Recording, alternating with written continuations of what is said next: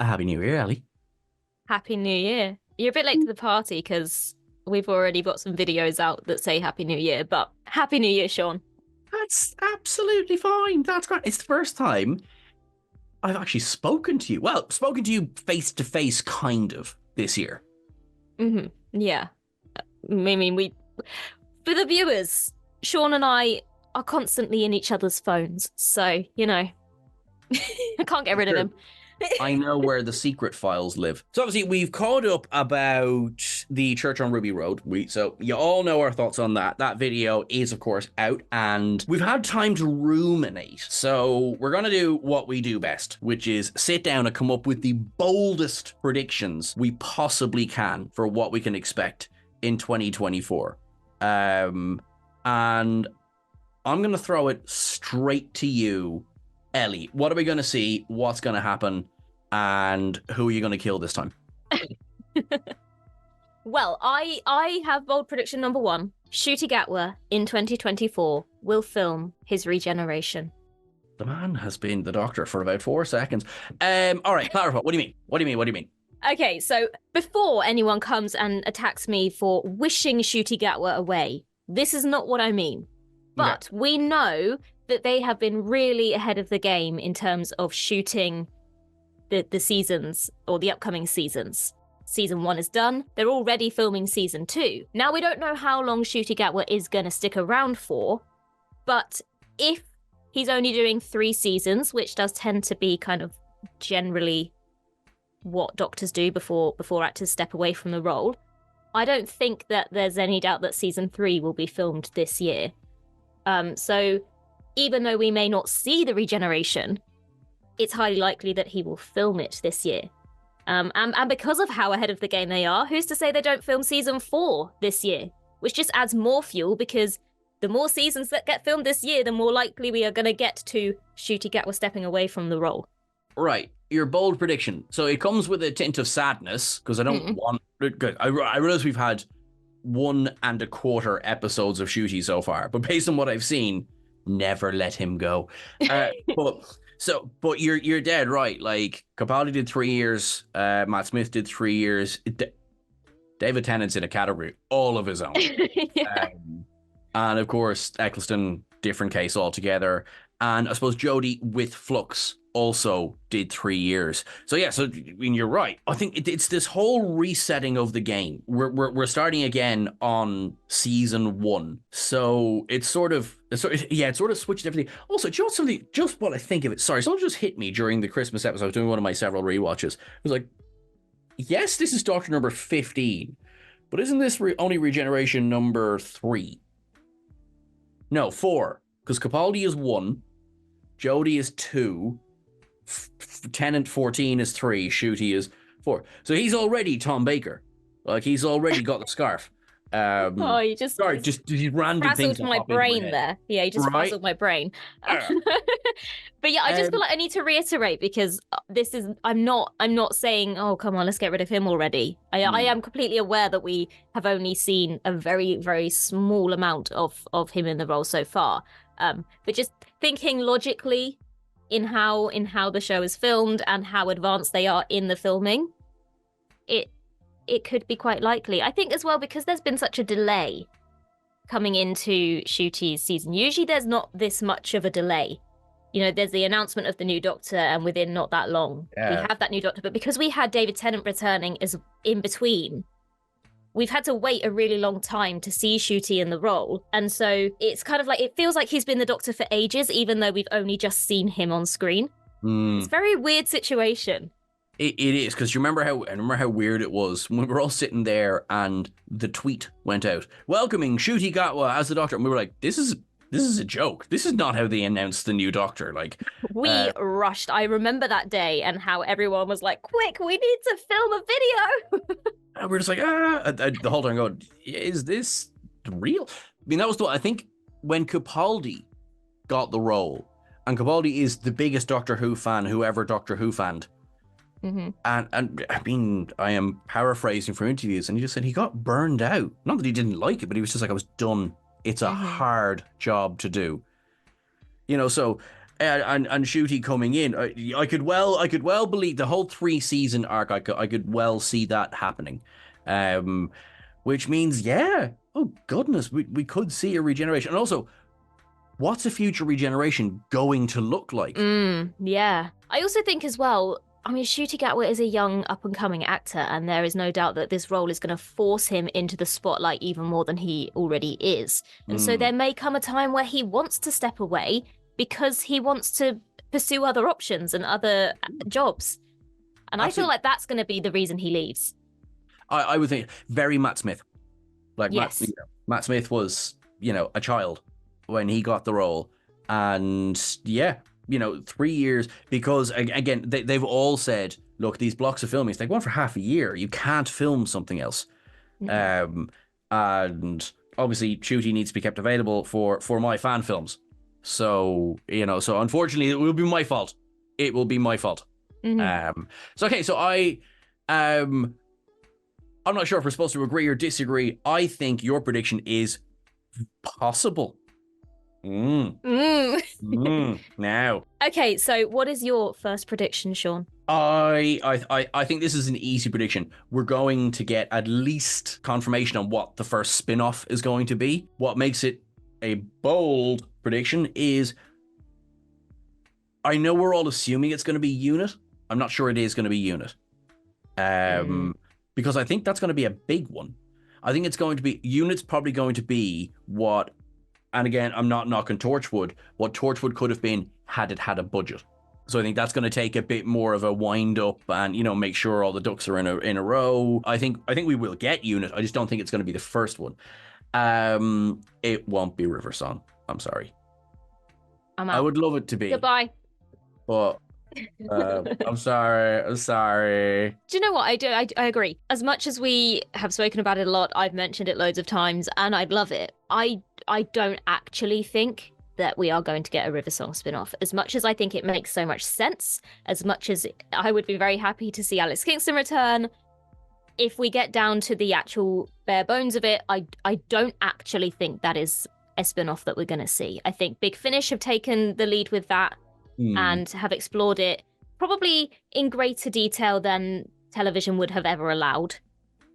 Yes. Just by it being voice only. I think the character, now that we're moving into this kind of new audience phase of Disney, I don't think they're going to go back to characters that are going to take too much explanation as to who they are. I think that the whole character of River would take too much explaining for a new audience, even though she's a great character. Oh, I mean, for all the joke, there's no argument how great a character she is. I think of how I think successfully they've brought Mel back, and you would have an entire generation of Doctor Who fans who they wouldn't have seen the 7th Doctor series or the episodes she was in with the 6th Doctor. No, I am not forgetting that, but they wouldn't necessarily have that.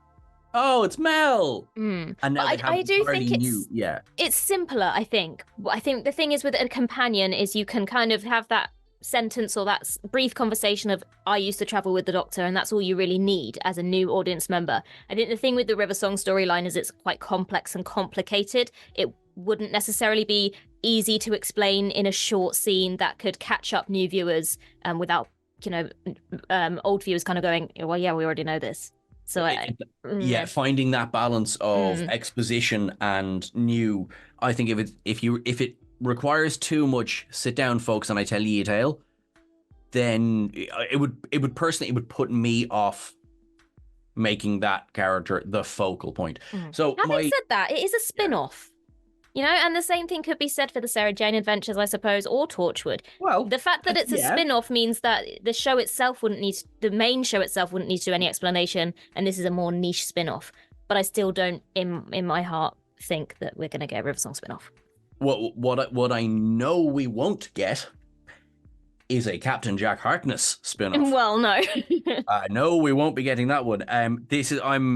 I'm not being mean, but this is in relation as well to a couple of recent videos that John Barrowman released online, where he was very vocal about his displeasure at not being invited back to make an appearance during the 60th anniversary in any form. How it had broken his heart to have been effectively ignored, while at the same time saying how much he loved doing Torchwood and how much he loved being in Doctor Who. So I will not be expecting a return of Captain. And that's, look, notwithstanding the stories that were in the media, of course, of the last couple of years. Full disclosure, I don't want to go too far into that because that's a whole... We've done videos on that as a whole story in and of itself. But that is not to say I don't think we'll revisit Touchwood, the storyline of Torchwood. We spoke about this before. I do think that is something that could be folded into a unit show.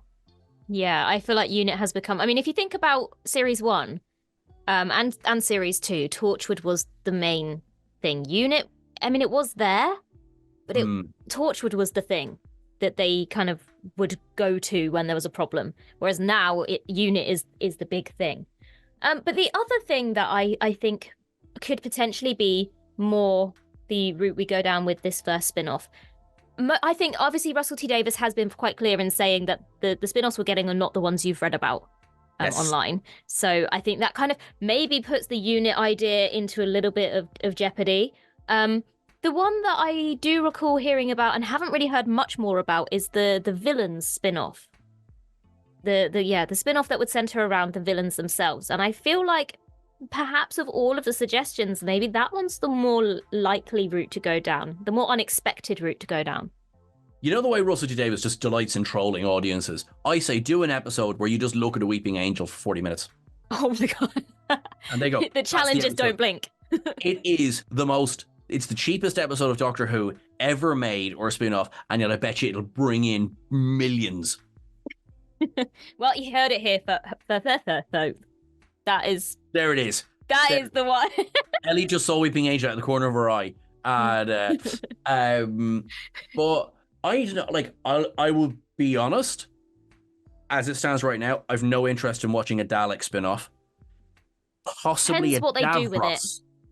Possibly a Davros spin-off, which could be why they brought Davros back in that Children in Need special. That's possible. So, okay, so my prediction is that some things will happen. Do you have any bold predictions again for us for 2024? I do, and it's why can't I speak today? It's those Weeping Angels. It is. It's in a similar vein to my first prediction. I predict that we will meet the next companion in 2024. And I don't necessarily mean we'll meet them on screen, but following in the same fashion that we have just discussed with Ncuti Gatwa, companions tend to stick around for even less time than the Doctor does. So if we're already shooting season 2 and likely to be shooting season 3, is Millie Gibson going to be sticking around for all of those? Companions don't tend to stick around for that long. I mean, we've had quite a few that have only done one season. You know, if you think Martha, if you think Donna-ish. I mean, Donna's going to come back again, but to start with, Donna-ish is a good way of putting it, yeah. Yeah, Bill, Dan. There are a lot of companions who've only done one season. Personally, I don't think that we're only going to have one season of Millie. But do I think we're going to have 3 seasons of Millie? I'm not sure. Whether we get 3 seasons, I don't know. I think because there's been a lot of, if you think of it in interviews, Russell has mentioned Billie Piper a lot. You know, are they going to do the Rose 2 season and then appearances thing, which I think is possible. And what I really hope they don't do is don't kill her off. You know, a companion being killed. It's, oh my God, it's hearts shattering, and you can understand why that would sit on the Doctor over the years you get to the 14th Doctor and trauma. Let's not do that.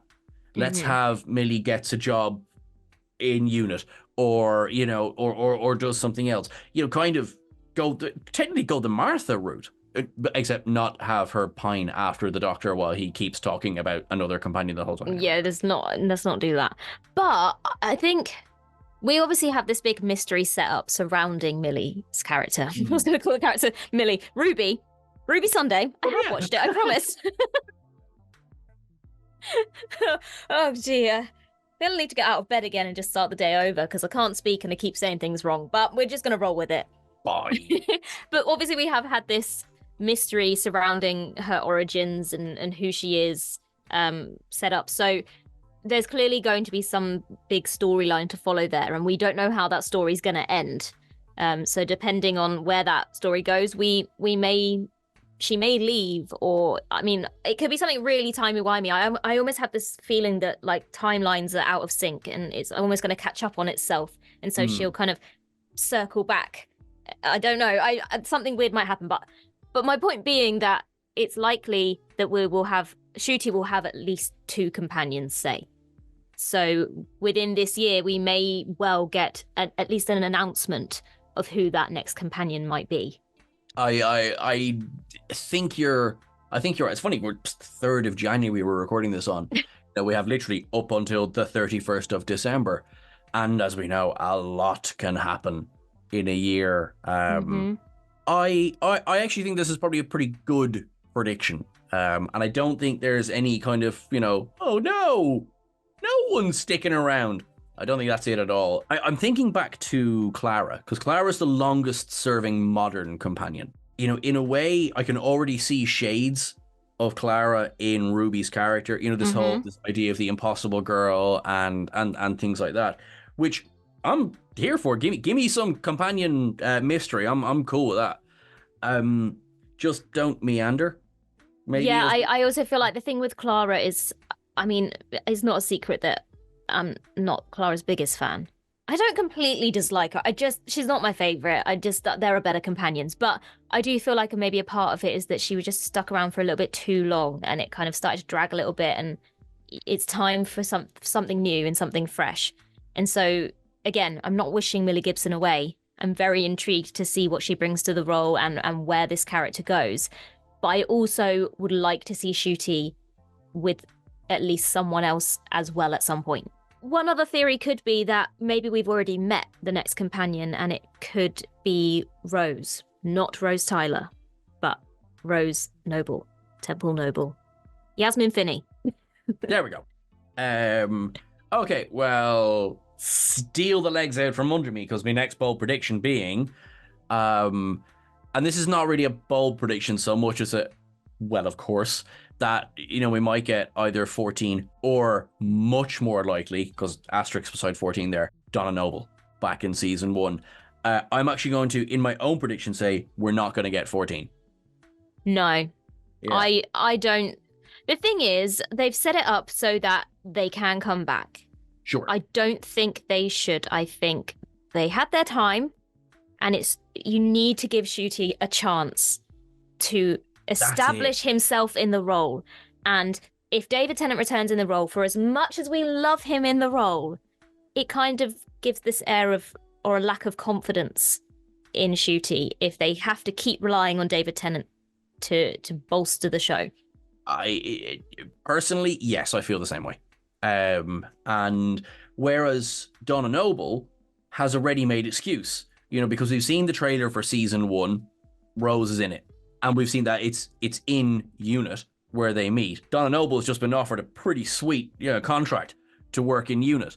And I also feel like, do we know how old Rose is? 15? 16? How long is it? How many years have passed, basically, since... I think it was 15 or something along those lines. But basically, my thought process being, why would Rose be at UNIT HQ if Donna isn't there? Because is she old enough to be working for UNIT, or does it make sense for her to, obviously in the trailer we saw her in UNIT Towers, so is Donna there? Or are we going to have a sneaky, oh yeah, Donna's here, she's just downstairs? Or that, I have to say, it wouldn't surprise me. You know what I mean? Because we're getting Mel. We know we're getting Mel. I think that picture was released long before any of the specials aired on the moped, because we hear again Ncuti saying basically drive faster, Mel. So that is happening. So are they going to are Mel and Donna now a double act? Which they never have been before. They worked quite well together in The Giggle, but what was there was a point there that I was going to make. Oh yeah, this now either I've completely misread the Star Beast, but I don't think I have. I think when they kind of basically wished the meta crisis away, I think the knowledge went with it. Do you know what I mean? So, I mean, I'm trying to think of reasons why Rose would be in unit. Does Rose Yeah. have the Doctor's memory? Although maybe I'm misreading, but I don't Well, I think... don't know, because Donna still had the memories. Did she, though? Was it explicitly stated? Because I don't... That's actually as much a question. Well, she as certainly had her own memories back. Yes. Which I So- suppose it works. Good question. Yeah, and I don't know. And also, I am totally open to being, yes, in episode 2 at minute 43, it's explicitly stated, yes. Do you remember when I was a little boy in Gallifrey? You know, something like that. That's Yeah, fine. I mean, obviously we did have in Wild Blue Yonder things that were mentioned, but it wasn't clear, Sure. you know, whether that was the real Donna or the weird whatever the other Donna. That's a good way Huh? I was going to say, that's a good, good way to freak you out at some point. Just be sitting there chatting. My arms are too long. My brother did that to me the other day. He was like, no, funny, but Oh, yeah. But yeah, I think it's a bold prediction. I don't necessarily think we are going to see it. It is bold. I think it's too bold. But if it does happen, I almost feel like it shouldn't have happened. If 14 appears, I think it shouldn't have happened. Obviously, depending on the episode. I may be eating these words. I would be much more open to Donna Noble appearing in season. I think maybe Donna, but I would still only want it to be in a very small capacity. Because just as you don't want 14 to take away from 15, you don't want Donna to take away from Ruby. Absolutely. And these are the characters we're following here. This is the only...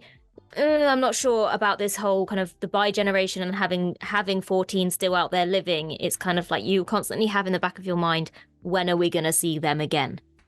Oh, I've no question we will, but if you were to leave it till the 70th, because I know the jokes have always been there about when they wheel David Tennant out for the 70th. I really think that is going to happen. Maybe I'll extend your bold prediction. So we may see 14 and Donna in 2024, but not in season 1, because there's nothing to say that we wouldn't necessarily see 14 and 15 for Children in Need or comic relief. Yeah. Or maybe, shocker, they get an entire spin-off all by themselves. That's actually building on the last prediction. Yep, they get an entire spin-off. That's what, because no one's been talking about that spin-off. There it is. And could you think of anything more disrespectful towards Ncuti Gatwa and Millie Gibson? Oh, God. Take us away, Ali. Do you have any bold predictions, any more bold predictions for us for 2024? I do. Season 1 will not have any returning villains. You mean we're not going to get any Smarties Daleks? No. So, Russell T. Davies has already stated we're not going to have Cybermen and we're not going to have Daleks. Now... They're a bit overused, so... They are a bit overused, but I know there's been a lot of speculation, obviously, surrounding whether the Master's going to return. Obviously, there was the gold tooth and the laughs of the Master from the giggle. Sure. Personally, I feel as though, especially because of the new Disney audience, that they want to kind of reestablish this as a fresh thing. Now, the only thing being that I know they tried to do this with Jodie Whittaker's first series, but I think the balance was off there. They had the first female Doctor, a new Doctor, the first female Doctor. You had new companions. You had a new central setting. You know, it was no longer in London. It was all Sheffield. Sheffield, yeah. Sheffield, yes. And they didn't bring back any returning characters or monsters or aliens or anything like that. And so the idea being that someone could start watching from here and it wouldn't matter, it would make sense. But I think what they've done this time round is much better, in as much as the 60th anniversary specials were jam-packed full of nostalgia. So you had your fix of nostalgia. They also introduced Ncuti Gatwa much earlier than most Doctors get their introduction. You had longer with him, like it wasn't just 10 seconds at the end of the episode. And then it was kind of like a soft introduction And so you had that balance of nostalgia, but now you've kind of softly approached the new Doctor where you can now follow him. That you don't need any other kind of things from the past of the show to kind of keep people gripped, because they already are, because of the way he was introduced. I feel that was a very weird way of explaining it, but rather than just completely fresh start and we don't care about the past of the show, this new era has been really carefully and cleverly introduced so that it does have all those threads of the past. And so I think that they want to try and go with new things in this new season. I think so. You're right. I mean, nailed the description of that. I'm teasing because Jesus, I'm like, yeah, no, I followed that. Not going to rely too heavily on legacy characters to let this build by itself in a way. I realize I'm paraphrasing and I'm being such a bloody mansplainer about the whole thing, but I'm trying to think, am I understanding you correctly? That where they really kind of slipped up with Jodie's first season in this attempt, I think we can do it a little bit better because it's already familiar things. Yeah. I think with Jodie Whittaker's first season, they wanted nothing familiar aside from here's a TARDIS and a sonic screwdriver. But it kind of isolated the existing fans in favor of trying to bring in new ones and failed on both parts. Whereas this time round, they've already got the past viewers hooked by what's come before, and now can move forward with new things without isolating the new viewers and still keeping the old viewers hooked. Daleks and Cybermen is a universal, most people know what they are, even if they've never watched Doctor Who before, because they're just universally, you see them, they're just very sci-fi. But if you start bringing back really niche monsters that only people who have watched the show for a long time are going to recognize and understand, you then go into that area of isolating your new fans, or end up having to have scenes of loads of exposition to trying to explain to the new viewers why these aliens are so significant. Well, let's just have some new ones. And then throughout this season, you could start to have some mentions of past monsters so that when they do show up in season 2, the audience have subtly been fed some information about them so that they aren't completely shocked, but they don't just get thrown in the deep end and go, well, why are these important? I've one last bold prediction, and I don't think anyone's going to be so shocked. We're going to have so much more content than we think. So the fact we've only got, I know we've 8 episodes are going to be in season 1, which you're going to have to get used to saying, but it's a shorter in terms of number of episodes season. I think the episodes are all going to be an hour. I really hope I have a link to that somewhere here, but I'm pretty sure that's the case. But I don't think that's all we're going to get for Doctor Who this year. Also, you know, any number of little side interviews and everything have all teased about, like, we're on Disney's dime now, and Disney's not going to put a bunch of money into things that are just going to happen maybe once a year. Look at Marvel. And I'm excited for that. I'm kind of like, where we've had Doctor Who fatigue before, and I say this with the genuine respect that is due to the writers and people working on it at the time, because it's going to sound like a dig, but it's not. It's that you can belabor the same idea over and over again, and it can get a bit old. This is new era. It feels fresh. There's new ideas. I think exploding in season 1 is a good thing to do. And then, you know, you see where the chips fall, and then you decide season 2 later on. But I think we know we're going to get a spin-off. We know, obviously we don't know what it is yet, hence the earlier prediction. We know we're going to get season 1. We know we're getting Christmas special. I think it's a safe bet to say we'll get a Children in Need. Mm-hmm. I was just thinking, you know, we were saying about how ahead of the game they are, and they're already filming season 2. Yeah. What's to say we don't have season 1 in May, season 2 November, like this year? It went straight from the specials into the Christmas special. So what's to say that we don't get season 2 towards the end of the year, straight into a Christmas special? 2 seasons in 1 year. So I'm torn. You could very well be right. I really hope you're not. And the reason I'm saying that is because 1, overkill, but 2, oh God, how long do we have to wait after that? Do you know what I mean? It's kind of like, don't give us too much and then make us wait for... Yeah, I think personally my preference would be season 1 and the spin-off, season 1 of a spin-off. I don't know if we actually know that we are absolutely getting a spin-off this year. We know spin-offs are coming, but as of yet, we don't necessarily know they're coming this year. But I think, yeah, in an ideal world, season 1 of Doctor Who, season 1 of whatever spin-off, the first spin-off that we're going to get, a Christmas special. But I mean, who knows? We may end up like getting some random thing that comes at some point. Here, hey, look, it's the 61st anniversary. Have something on the 23rd of November. Who knows? No. What I would love, right? Here's my last little thing. I'm pitching an idea. So if it happens, full credit goes to me. I would love 14 to go to Bannerman Road and pick up K9 and Mr. Smith. But thank you all, everyone. Please make sure that you like and subscribe. We've reset the clock. It's 2024. But we have an amazing year to look forward to, or a terrible one. Either way, lots of content. Good point. And on that note, everybody have a lovely, lovely day. Bye-bye. Bye. Bye. Bye. Bye. Bye. Bye.